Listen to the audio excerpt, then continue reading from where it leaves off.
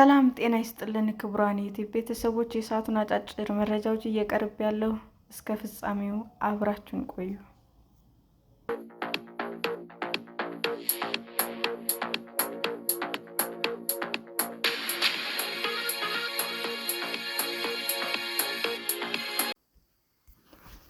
ከህብረት ስራ ማህበር ዕጣ መግዛት የትርፍ ተከፋይ ቢያደርግም የኪሳራው ተጋሪ የማያደርግ የአዋጅ ማሻሻያ ተደረገ።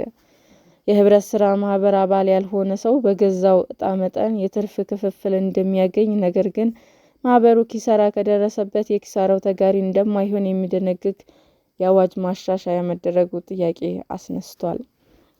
የህዝብ ተወካዮች ምክር ቤት ጥር 14 ቀን 2018 ዓ.ም ባካሄደው 9ኛ መደበኛ ስብሰባ ለዝርዝር እይታ ወደ ቋሚ ኮሚቴው ከመራቸው ረቂቅ አዋጆች ውስጥ አንዱ የሆነውና በመንግስት ረዳት ተጠሪና ሚኒስትር ዴኤታ ወይዘሮ መሰረት ኃይሌ አቅራቢነት የህብረት ስራ ማህበራት አዋጅ ቁጥር 985/2009 ማሻሻያ አንዱ ሲሆን፣ አዋጁን ማሻሻል ያስፈለገው ሀገራዊ ለውጡ ተከትሎ የተቀመጡ አቅጣጫዎች ተግባራዊ ለማድረግ መሆኑ ተገልጿል።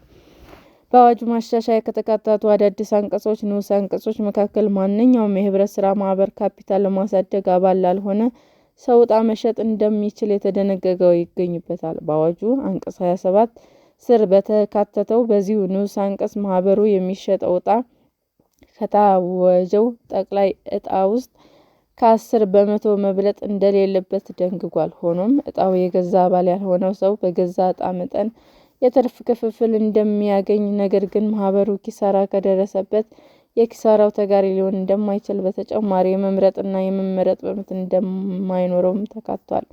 የአዋጁ አንቀጽ 7 ንዑስ አንቀጽ 5 ማለትም አግባብ ያለው ባለስልጣናት ዘርፉን ለመምራትና ለመቆጣጠር የተቋቋመ አካል የህብረት ስራ ማህበራት በፌዴራል ወይም በክልል ደረጃ በማደራጀት ይመዘገባል ተብሎ ተደንግጎ የነበረ ተሰርዞ ማንኛውም መሰረታዊ የህብረት ስራ ማህበር እንደ ክልሉ ነባራዊ ሁኔታ እንደ ህብረት ስራ ማህበሩ አይነት የስራ ባህሪ ወይም የኢኮኖሚ አዋጅነት በቀበሌ፣ በተቋም፣ በወረዳ፣ በዞን፣ በክልል ወይም በፌዴራል ደረጃ ይደራጃል በሚል ተተክቷል።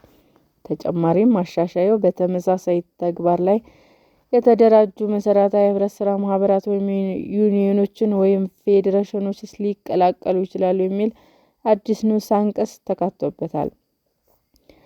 ማንኛውም የህብረት ስራ ማህበር በመተዳደሪያ ደንቡ ላይ የተወሰነ የራሱ የስራ ክልል ስራውን የሚያከናውንበት ቦታ እንደሚኖረው የህብረት ስራ ማህበር አግባብ ያለው ባለስልጣን በማስፈቀድ የስራ ክልሉን ማሻሻያ ይችላል የሚሉት ድንጋጌዎች ተጨምሮበታል። የአዋጁ አንቀጽ 14 ንዑስ አንቀጽ 2 ማለትም የህብረት ስራ ማህበር ዩኒዮን በፌዴራል ወይም በክልሉ ደረጃ ማህበራዊና ኢኮኖሚያዊ አዋጭነት እይታ ማደራጀት የሚቻል ይሆናል ተብሎ ተደንግጎ የነበረው ተሰርዞ ማንኛውም የህብረት ስራ ማህበር ዩኒየን እንደ የክልሉ ነባራዊ ሁኔታ ወይም እንደ ህብረት ስራ ማህበራቱ አይነት ወይም የስራ ባህሪ ወይም የኢኮኖሚያዊ አዋጭነት እየታየ በዞን ወይም በክልል ወይም በፌዴራል ደረጃ ይደራጃሉ በሚል አዲስ ንዑስ አንቀጽ ተተክቷል።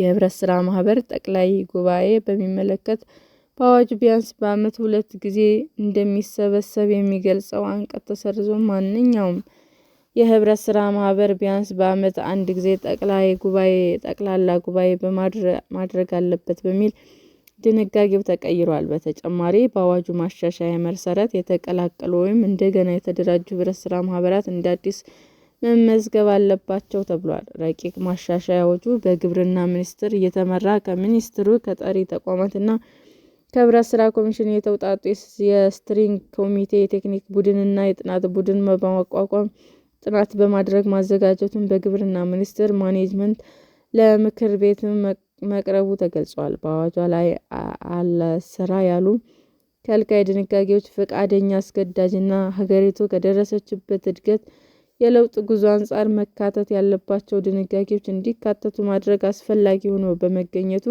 የህብረት ስራ ማህበራት በአዋጅ ቁጥር 985/2009 ረቂቅ ማሻሻያ አዋጅ ማዘጋጀቱን ተጠቁሟል።